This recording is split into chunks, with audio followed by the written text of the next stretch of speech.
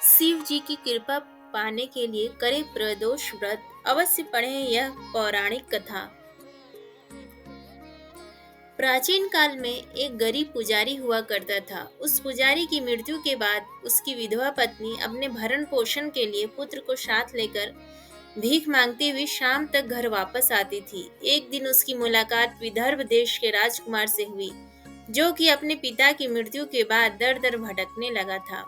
उसकी यह हालत पुजारी की पत्नी से देखी नहीं गई। वह उस राजकुमार को अपने साथ अपने घर ले आई और पुत्र जैसा रखने लगी।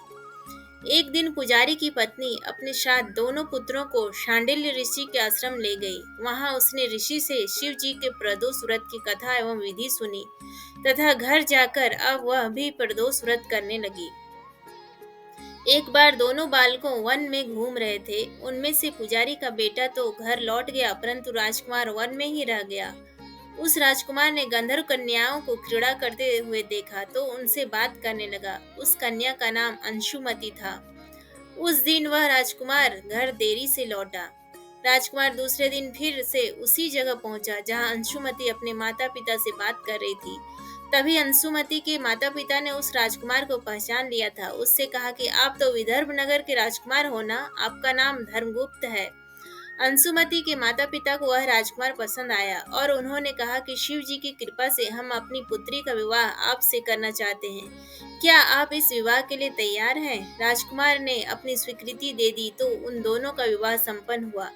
बाद में राजकुमार ने गंधर्व की विशाल सेना के साथ विदर्भ पर हमला किया और घमासान युद्ध कर विजय प्राप्त की तथा पत्नी के साथ राज्य करने लगा। वहां उस महल में वह पुजारी की पत्नी और पुत्र को आदर के साथ ले आया तथा साथ रखने लगा।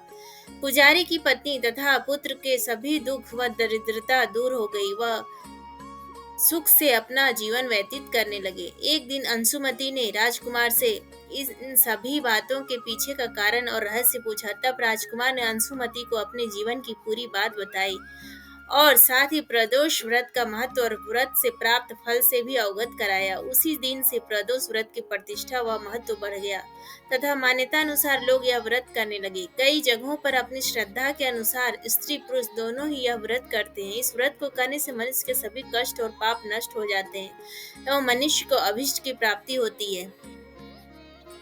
धन्यवाद।